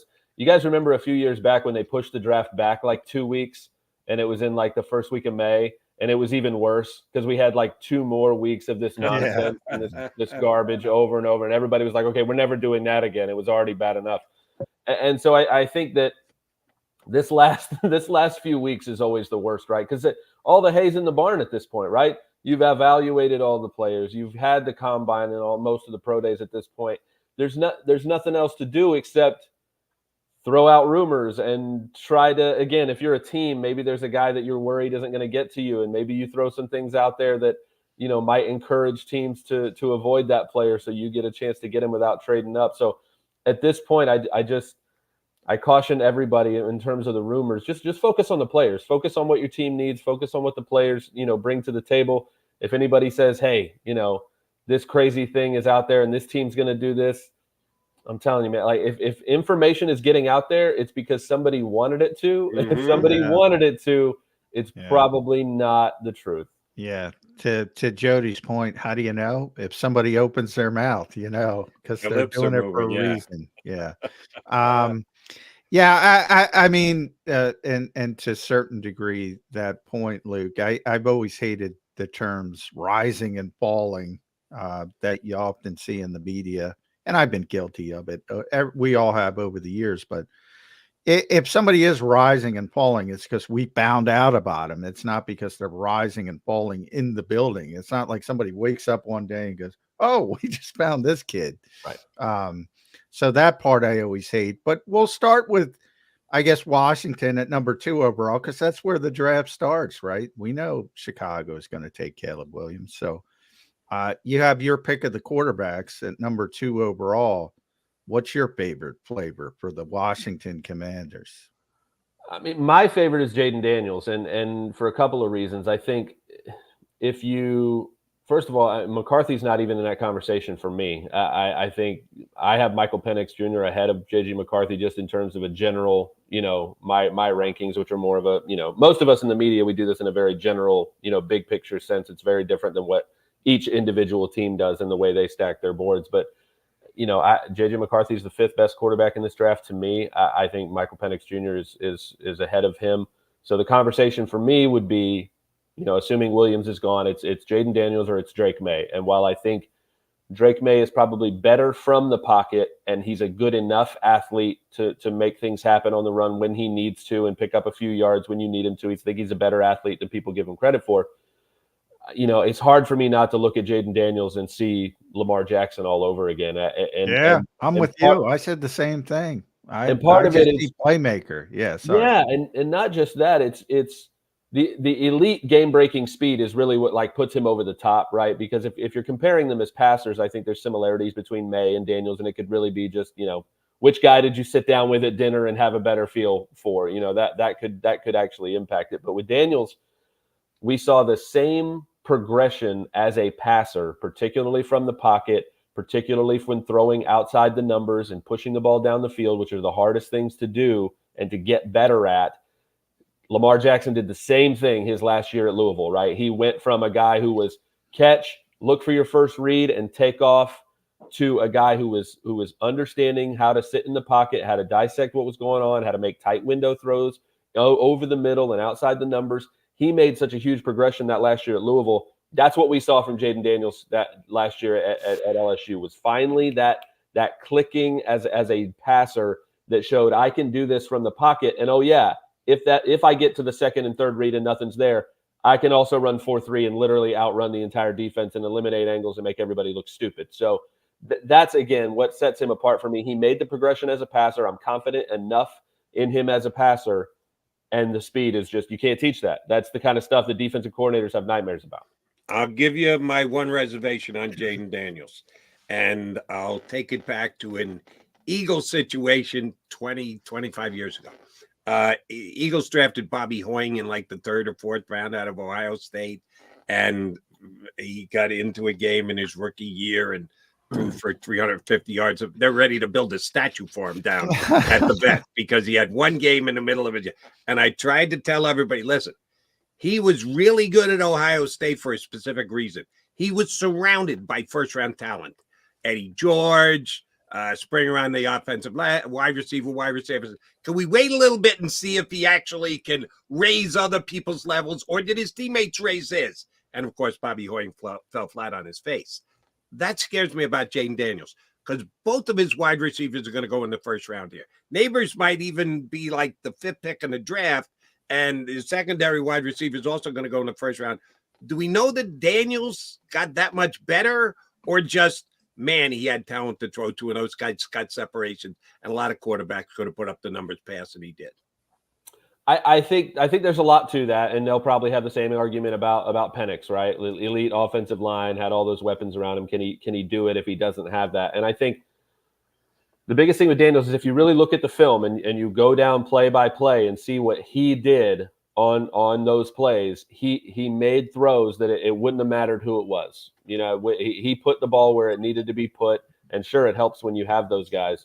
But you know, looking at a situation like Washington, they got Terry McLaurin, they got Jahan Dotson, they've got some weapons there that I think would make it a more seamless transition. If he was going to New England, we might have a different conversation about how much time it would take to develop because of the supporting cast. So again, I try to balance that. That's a double-edged sword, Jody, in that you're trying to be like, you know, is it a chicken and the egg thing? You know, what is the quarterback driving this car, or is he a passenger? With at the same time balancing the fact that a guy can't help who he plays with. And if you have, how many times have we seen receivers at the next level who are elite receivers held back because of poor quarterback play, as opposed to a guy on the other side where it's like, okay, I've got these elite receivers and I'm taking full advantage of them because I am talented enough. I am a good enough passer to put the ball where they need to go. You know, Brian Thomas Jr. and Malik Neighbors weren't ever frustrated with Jaden Daniels as their quarterback. And I think that'll be the same way at the next level. All right, one last quarterback question, because then we'll get into some Eagles stuff, and the Eagles aren't looking for a quarterback, so I don't want to. But I do want to talk about McCarthy because he's so interesting, and you have him lower, at least some misinformation has the NFL liking him more than most draft experts or whatever you want to call it. And to Jody's point, and to your point, both of them, you have a guy who basically was limited by the offense he was in for whatever reason. And that's a red flag for me, Luke, because I say, if he's that good, why would you want to limit the offense if you got somebody who's that good? But on the other hand, I think Jim Harbaugh's that old school and that hard-headed. So maybe I shouldn't hold it against him. As an evaluator, how do you figure out J.J. McCarthy? I mean, let's just say I'm glad my job doesn't hinge on whether or not I'm right about that. That's the case every year, right? We always joke about that in the media. It's like, oh, you know, we have the same hit rate as the league does, but we're not going to get fired if we put the wrong quarterback at number 2. So, no, I think with McCarthy, I have the same struggle, right? Where it's just, I think the league, if they like him as much as we're kind of all hearing that they do, it's because they see moments and say, if I need him to do X, Y, or Z, he's proven that this 1 or 2 or 3 times in these moments, he can do that. The problem is trying to extrapolate the exceptions to being the rule after jumping into the next level, right? Because everything's going to get tighter. Everything's going to get harder at the next level. Everybody's better. Everything is faster. Can you look at the moments where he showed the arm talent, or he showed the athleticism, or the decision-making, or the clutch ability to make a big play on a third down or in a critical moment? Can that become a more regular thing if he's forced into a situation where he doesn't have an elite ground game, he doesn't have an elite defense, he doesn't have all those things that he was able to rely on at Michigan? That's really the problem. We don't have a sample size of him as a volume passer where the offense kind of ran through him and had success, right? He was able to just hand the ball off to 2 elite running backs. He was able to work off play action and have a lot of separation with his receivers. Just wasn't, I think he threw 22 touchdown passes in 15 games. I mean, that's, you know, again, it's not all about stats, and the league is always going to draft you based on what they think you can become, not what you've done necessarily at the college level. But I think that is the biggest struggle for me is that you see the flashes of ability, you see the talent in spurts, but when you compare it to guys that have had a ton of production and a ton of consistent high-level performance as the focal point of the offense and distributing the ball as a volume point guard, if you will, that's why it's hard for me to confidently say, if I was gonna stand on the table and put my stamp on a guy in this quarterback class, McCarthy just can't be that guy just because we haven't seen enough of him. Sounds like all three of us look at it the exact same way. All right, like John said, let's get to the Eagles. As of right now, first round, the Eagles have the 22nd pick in the draft. Doesn't mean they're going to pick a 22 because Howie Roseman is famous for moving up, moving down. He's not afraid to shake a move in the first round. But for the purpose of today's conversation, let's stays at 22. There are a couple positions where the Eagles could benefit from having a guy as a first-round draft pick that you would assume could step in and play right away.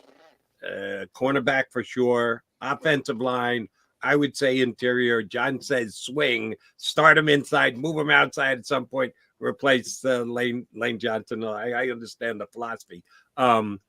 Or edge rusher, since they let Haason Reddick go out the door. They have a lot of edge rushers already, but can you have too many edge rushers? We don't think they're going linebacker and or safety. Out of those positions I tossed out there, interior offensive line or swing offensive line, defensive edge rusher, cornerback, which is the deepest? Where are they going to get the best player? If they're sitting there at 22 and those are the three positions they're looking at, who's going to be the best player left on the board? What position lends itself to being that deep that you're going, all right, this is the best player. We have to draft the best available player at one of those three positions. You know, I think I'd probably say corner, but I think that's a great spot for all three of those positions, I think. And I think part of it is because I think there's a clear gap between like the top four edge guys. Obviously, Dallas Turner will be gone. We assume Jared Verse will be gone. Leatu Latu is kind of the wild card, right? Because, you know, film says he's a dominant player. He's got the injury history from back in his days at Washington. Had to medically retire for a little while, and you hope he's not going to have an issue with that. But that's the kind of guy that could stay on the board longer than usual if teams, you know, don't, you know, if he doesn't pass a physical or something like that, he could stay on the board. But I think the guy, and people in Pennsylvania will know, you know, it's Chop Robinson at 22 that I think becomes really intriguing. And part of that is because I think he has such a similar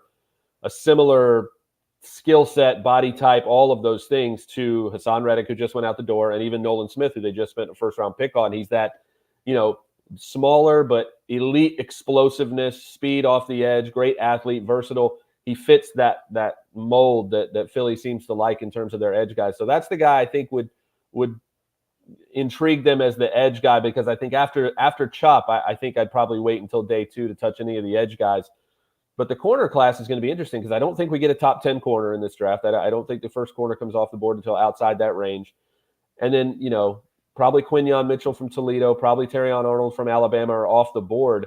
But I wouldn't be surprised if we get into the 20s and guys like Nate Wiggins from Clemson and Kool-Aid McKinstry from Alabama and even Cooper DeJean from Iowa are all still on the board in that range. And so I think if they want to go corner, I think that's a really great spot to get a guy who could come in and start right away and also have a really high ceiling. Offensive line, John, to your point about, you know, a swing guy who can go guard and go tackle, I think this is a great class to find versatile offensive linemen. There's so many. I think we could have 10 offensive linemen in the first round. Wow, 10? 10. I'm telling you. And by the way, Luke, that's why I project, because I know if I have to sit at 22, there's going to be a really good offensive lineman that falls because everybody's not going to pick. And there's so many of them. There's so many. There is. And again, the versatility is what intrigues me, because there's so many guys that can play guard and tackle. There's so many guys that can play center and guard. Graham Barton from Duke can play every position. He can play all 5. So regardless of what you need, Troy Faltanu from Washington played left tackle at Washington. You want to slide him into guard, he can do that for you. Again, so many guys that can play multiple positions, and I think 3 or 4 of them are going to be on the board there at 22. So if they just want to go best player available that's going to improve our offensive line at one of many, you know, multiple positions, I think they're going to find a quality player regardless of where they go if they want to go O-line there. All right. If the over-under is 8.5 offensive linemen taken in the first round, I'm going under. Luke's going over. I'm taking over, yeah. Okay. I do want to ask you about just an overall view of the draft. Howie Roseman's got his track record here in town. It all depends on whether you like Howie, don't like Howie. There are enough misses where you go, Howie's not great at drafting. That's not one of. There are a lot of hits on Howie Roseman's resume, and his overall job as a general manager has been very good in both John and my opinion. Who's better? Who's the team that you think just gets it year in and year out? They use the draft better than anybody else. If you want to give me a couple teams, go ahead. But I'd really like to know which you think is the best team over the last 2, 3, 4, 5 years. I don't want to go 10 years back, but the last couple of years, maybe 5 years back, is the best team to when it comes to the draft restocking their roster? I mean, it feels like cheating, but I feel like the Kansas City Chiefs have absolutely crushed it the last couple of years in terms of getting immediate returns on the first-round picks. Go back and look at the class from a couple of years ago. George Karlaftis, Trent McDuffie, Isaiah Pacheco in the 6th round, Jalen Watson in the 7th round as a corner who came in and had immediate impact. You got middle-round guys over the last few years at linebacker like Willie Gay, Nick Bolton. You got so many players who came in and across the entire draft, again, at round by round by round, you're having guys come in and have an immediate impact and having a huge impact on Super Bowl champion teams. I think they're a team that has figured out and defined what a Kansas City Chief player looks like, much like we used to talk about the Steelers, or even the Ravens, who I think I would still put up there as one of those teams who gets it, understands. The Ravens, that's where I go. Right. That's a great pick because they've been that way for a long time. And Ozzie Newsome's fingerprints are still all over that organization. Eric DaCosta has done a great job kind of taking the torch from him and continuing the tradition. Again, once you have a synergy, if you will, between the philosophy at the top and the coaching staff and the on-field product and the locker room and the culture and the scheme and all those things like Baltimore has had. And again, a lot of that comes down to coaching continuity too, having a guy like John Harbaugh in there for so many years. Yep. It becomes like clockwork. You become such a well-oiled machine that when your area scouts go out into their regions in the Southeast and the Northwest and all these things, they have a very clearly defined understanding of what a Baltimore Raven player looks like. And I feel like that makes it almost formulaic on draft weekend where you already know who your guys are and you just take them as they come to you.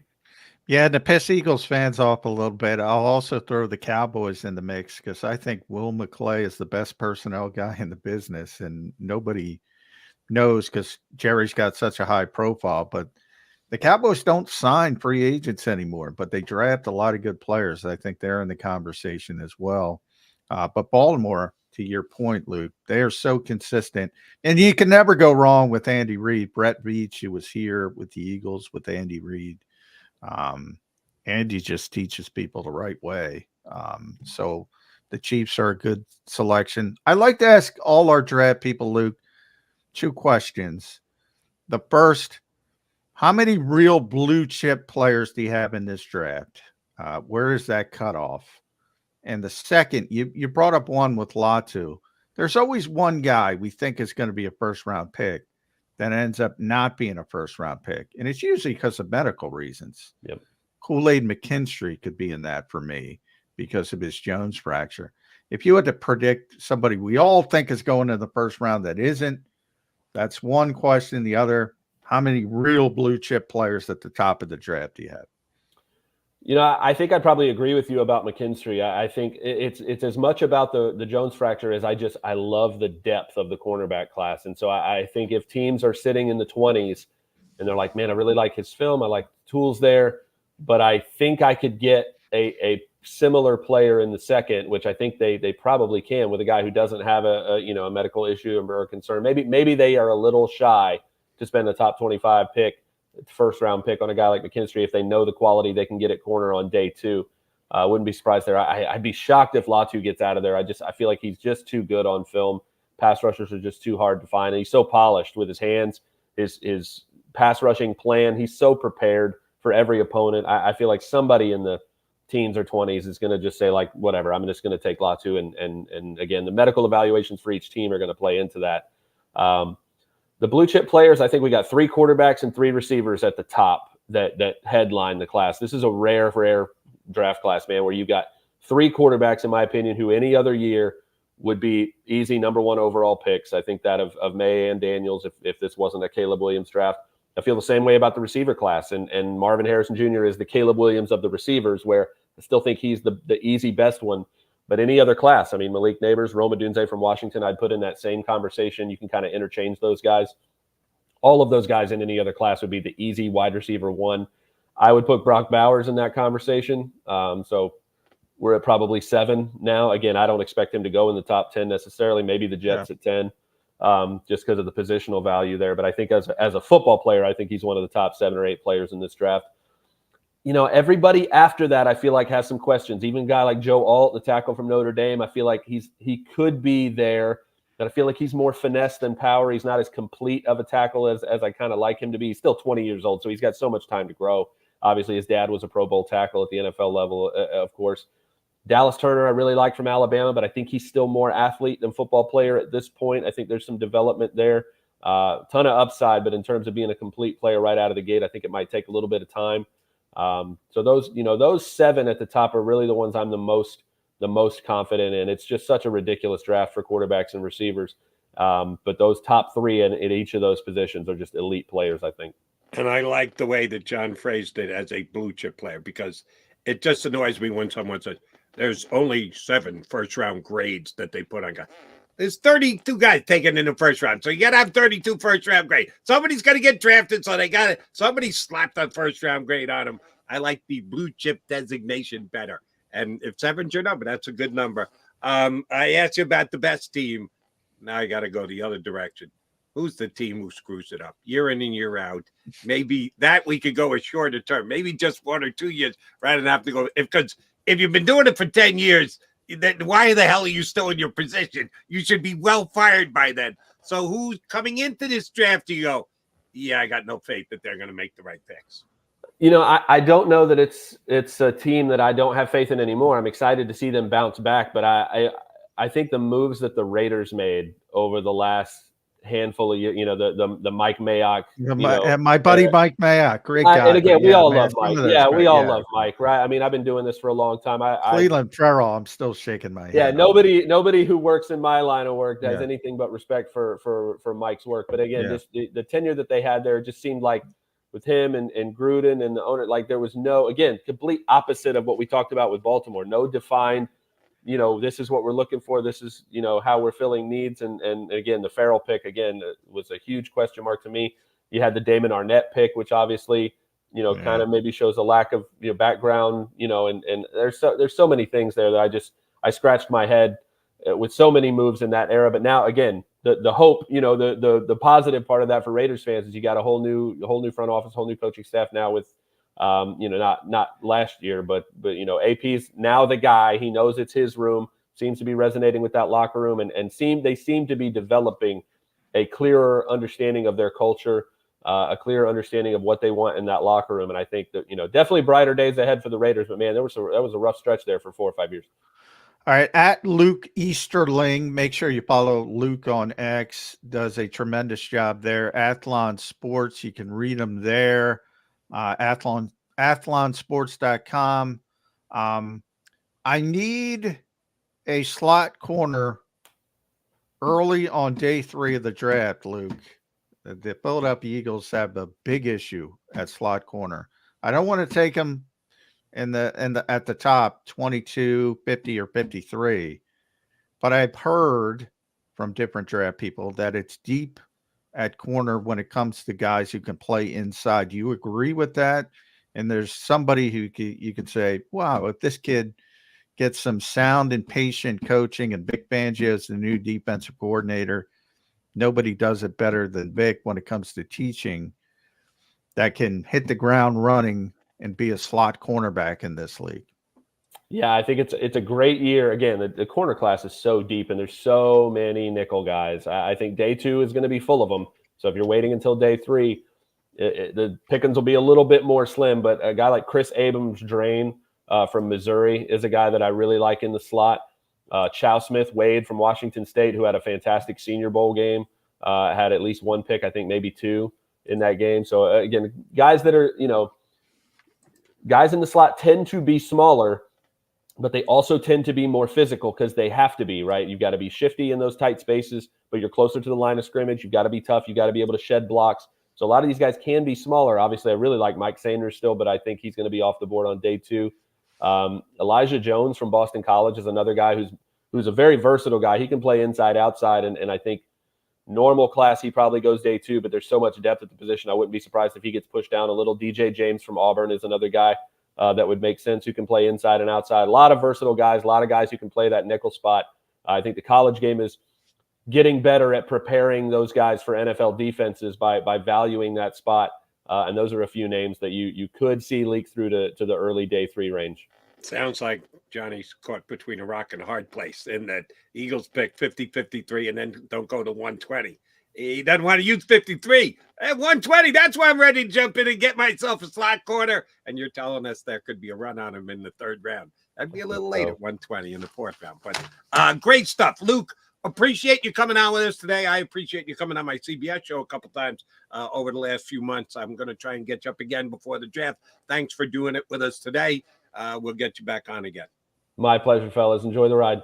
My pleasure. Thanks, Luke. Luke Easterling, Athlon Sports. One of my producers booked him for me, and I said, damn, this guy is great. We got to get him on again. I got to get him on Birds 365.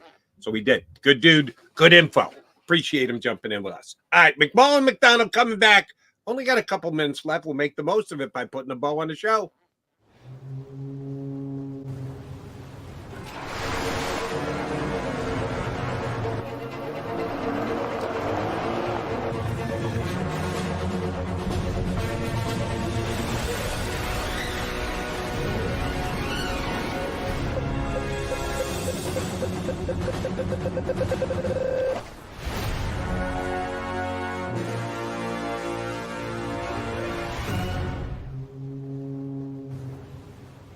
Imagine for a moment that you went to work today and when you came home, you were catastrophically injured. Your life and your family's life. That's what happened to union construction worker Mike Little. I was scared of what the end was going to be, but to be 100% honest with you, I knew I was going to be all right just by talking with Brian. In my heart, I just knew everything was going to be all right. Call the firm and find out why they say, "We got this." Call 215-458-2222.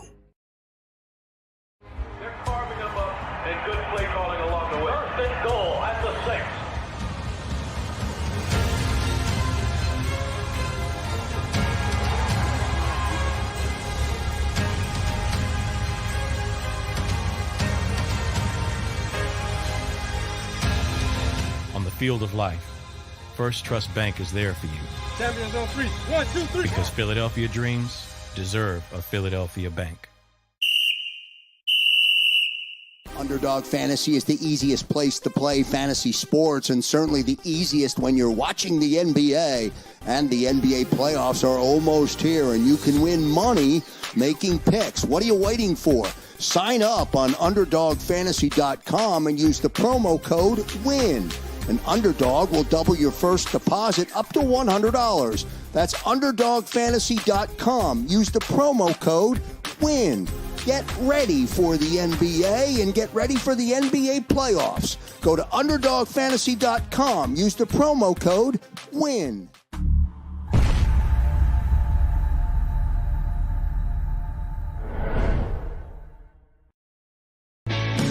Hi everybody, my name's Jason Lombardi. I'm an inspector at DryTech. At DryTech we offer three major services. The first one being basement waterproofing.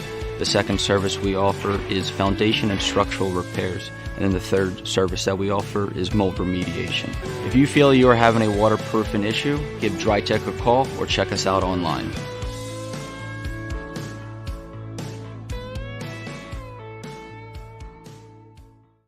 Do you stream on a Roku, Fire Stick, Google TV, or Apple TV? Now you can watch 6ABC 24/7 with the 6ABC Philadelphia streaming app. And the big story on Action News. Search 6ABC Philadelphia and start streaming today. EAGLES. Eagles.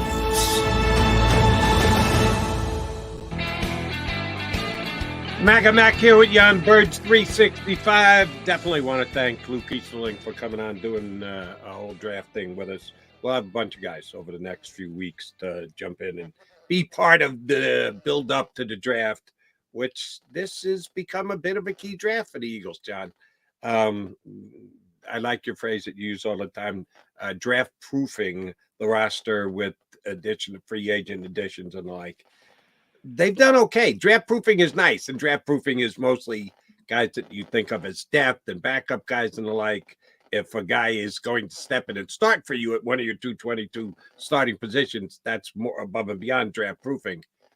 I think Howie's been okay at draft proofing the roster, but they got a couple starter spots open and done with. So this is a pretty key draft for the Eagles this year, is it not? Yeah, well, I would argue they're all key. You never want to screw up the draft. Too many teams do. Obviously, we talked about a few of those. The Raiders, a couple things. I've been pretty hard on Chicago over the years, and the NFC North and Quessy, some of the young GMs. Yeah, when you miss draft picks and a lot of draft picks and you don't get help in the draft, then you're chasing free agents, and that's not where you want to be. So I would argue they're always important, but sure. I mean, we've talked about there's a lot of ways you can go in the first round. I think the depth, my strategy has been the depth of the first round in this particular draft it makes it more sense to go to the position you build foundationally on anyway, and that's the offensive line. But corner could be the targeted trade up guy, and that's what they've been doing over recent years, those targeted trades up. And if someone like Quinyon Mitchell starts falling a little bit, then I could see Howie going, all right, we got to go up and get this kid. But yeah, I mean, and that 22, 50, 53, I want two meaningful players right away in that group if I can get them. So you can't expect 3 out of 3. If you get it, great. Then you're the Detroit Lions and you have a great draft right away. But that's hard to do. I would say you want to get 2 guys or at least pretty meaningful contributors. And I stand by this one's a little bit more important than others in the most recent past. Like last year. Last year, they had to replace Javon Hargrave. About it. Edwards, too. But this year, they're trying to replace Jason Kelsey, Fletcher Cox, and Haason Reddick. I'd say those are bigger shoes to fill this year than they were last year. And the draft is going to be key to that because I think they've had a good free agency run, not an off the charts. Oh my God, how did the Eagles assemble all this talent? We'll see about Huff. Like to see JGJ re-edition, so I'll give Howie high grades for that one. But other than that, okay, we'll see about Devin White. I don't think he's actually hit the ball out of the ballpark on free agency this year. So the draft is going to be key, more so certainly than the year before, or I'd say the year before that as well. I think there's a little bit more pressure on Eagles to get it right this year. And we'll have a bunch of different draft guys on to talk about it leading up to it because we are in official draft season now. All right, partner, again, my condolences, and from all our guys on the stream, thank you all very much for being very kind to John today. When you lose a pet, you lose a loved one. You lose a family member. So, no, that was the case for you yesterday. Again, pulling for you, big guy, and we appreciate you cutting it out and jumping in with us today. I say I'm up for it tomorrow. Are you going to be one of those 24-hour guys? It's going to hit you, and you're going to be that much tougher for you today? It's already hit me. I pride myself on showing up and doing my work, so even though it's not what you want to do, but yeah, I'll be here day to day, but I plan on being here. We will do it again tomorrow. Appreciate everybody who streamed in. Thank you much. The Mac and Mac guys will be right back at you in 2 and 2. You've been listening to Birds 365, the destination for the passionate Eagles football fan who bleeds green. If it's Eagles football, we're talking about it. Debate inside the locker room and guests that are some of the greatest football minds from around the region. We hope you enjoyed the show. We know we had a blast. Make sure to like, comment, and subscribe, and we'll be back soon. But in the meantime, hook up with us on social media at JAKIB Sports. See you next time on Birds 365.